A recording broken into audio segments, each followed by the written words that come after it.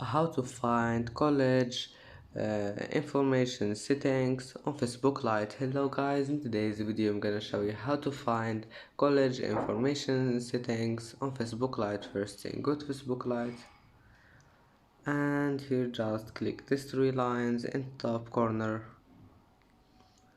and after you click on it, go down until you find settings and then click profile information,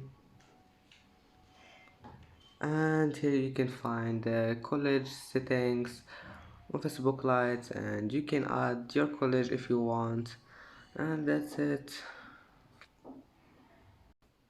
that's it for today's video. If you like this video, please don't forget to like and don't forget to subscribe, and thank you for watching this video until the end, and now see you in the next video.